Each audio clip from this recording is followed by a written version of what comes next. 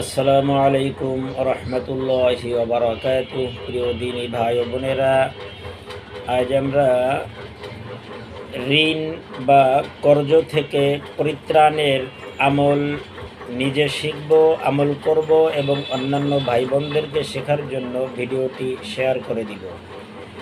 এবং এখনও পর্যন্ত আপনারা যারা আমার ইউটিউব চ্যানেলে নতুন, এখনও পর্যন্ত সাবস্ক্রাইব করেননি, আশা করি এখনই আমার ইউটিউব চ্যানেলটি সাবস্ক্রাইব করে নেবেন।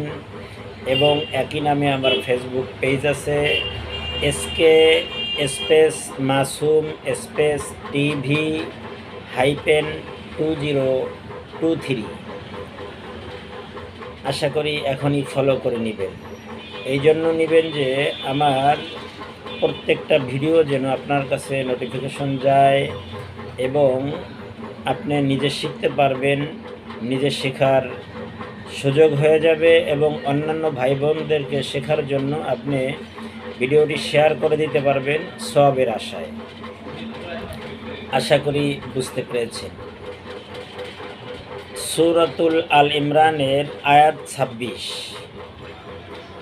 আউযু বিল্লাহি মিনাশ শাইতানির রাজীম। বিসমিল্লাহির রহমানির রহিম। কুলিল্লাহুম্মা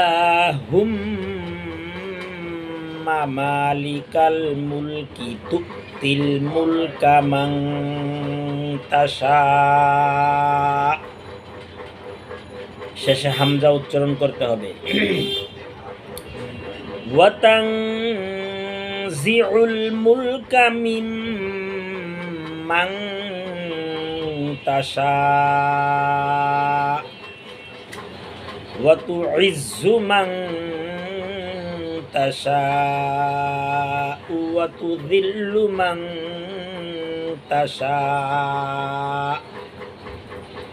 বিয়াদিকাল খায়র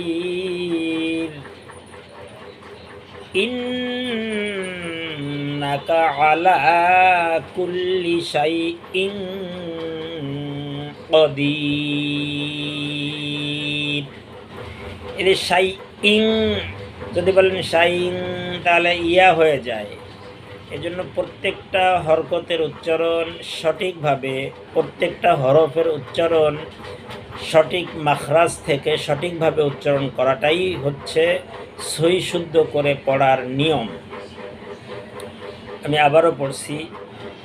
কুলিল্লাহু, কুলিল্লাহ যদি বলেন কুলিল্লাহুম্মা বলেন তাহলে কাফ পেশ কু, আর কফ পেশ যদি বলেন কু তাহলে ভুল হলো না।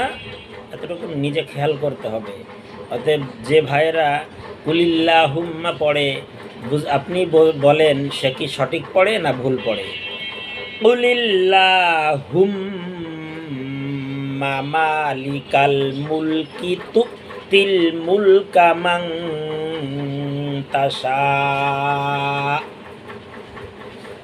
ওয়া তানজিউল মুলকা মিম্মান তাশা ওয়া তুইজ্জু মান তাশা ওয়া তুযিল্লু মান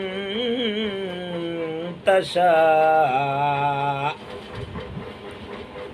বিয়াদিকাল খায়র ইন্নাকা আলা কুল্লি শাইইন কাদির। আসসালামু আলাইকুম ওয়া রাহমাতুল্লাহি ওয়া বারাকাতুহু।